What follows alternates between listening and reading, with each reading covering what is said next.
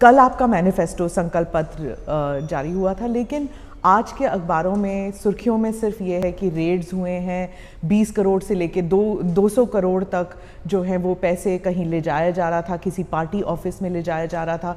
इसके बारे में कुछ बताएंगे, क्योंकि आपकी पार्टी ने कहा था कि इलेक्शंस जो है एक पर्व है, लेकिन पर्व में ऐसे रेड्स और ऐसे इस किस्म के रेड्स की इतनी सारी मतलब 200 करोड़ तक कैश पाया गया। ये जरूर हम लोगों ने कहा था कि इलेक्शन पर्व है और स्वस्थ लोकतांत्रिक व्यवस्था में चुनाव पर्व ही होता है।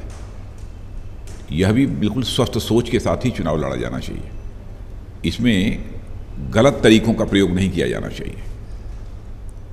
अब यह सब सारी एजेंसी जो रेड कर रही हैं, जो अपना काम कर रही हैं, पहले भी कर रही थी और उनका काम ऑनगोइंग है। उनके ऊपर तो कोई इलेक्शन कमीशन का कोड ऑफ कंडक्ट लागू नहीं होता है।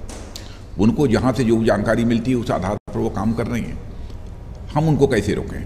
यदि किसी ने गलत पैसा इकट्ठा कर रखा है अथवा गलत तरीके से उसका उपयोग करना चाहता है, तो ये सब ऑटोनमस ऑर्गेनाइजेशंस हैं, ये अपनी अपनी जिम्मेदारी संभाल रहे हैं और वो कार्रवाई कर रहे हैं। पर इलेक्शन कमीशन ने ये भी कहा है कि न्यूट्रलिटी होनी चाहिए इन रेड्स में, लेकिन जो ऑपोजिशन लीडर्स हैं, चाहे बंगाल में हो या फिर हैदराबाद में या महाराष्ट्र, मध्य प्रदेश में, तीनों जगह कह रहे हैं कि ये एक पॉलिटिकल विक्टिमाइजेशन है, क्योंकि सिर्फ ऑपोजिशन लीडर्स पे ही रेड्स किए जा रहे हैं। देखिए, इसमें गवर्नमेंट को इसके लिए दोष देना ये कदापि उचित नहीं होगा और ये गवर्नमेंट के साथ न्याय भी नहीं होगा।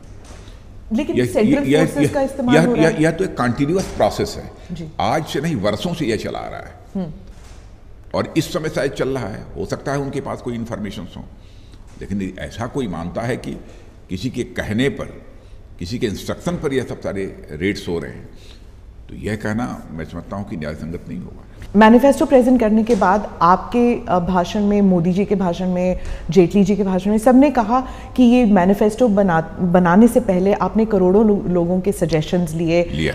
लेकिन आज राहुल गांधी ने कहा that this is a manifesto of an isolated man, उन्होंने ट्वीट किया।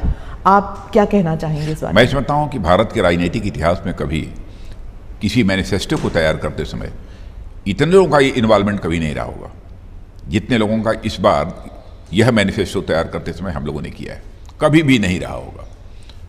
इसलिए उनके द्वारा जो कुछ भी कहा जा रहा है वो बिल्कुल बेबुनियाद है, निराधार है और वो इस प्रकार की बातें बोलते रहते हैं, इसलिए उसको सीरियसली मत लीजिए।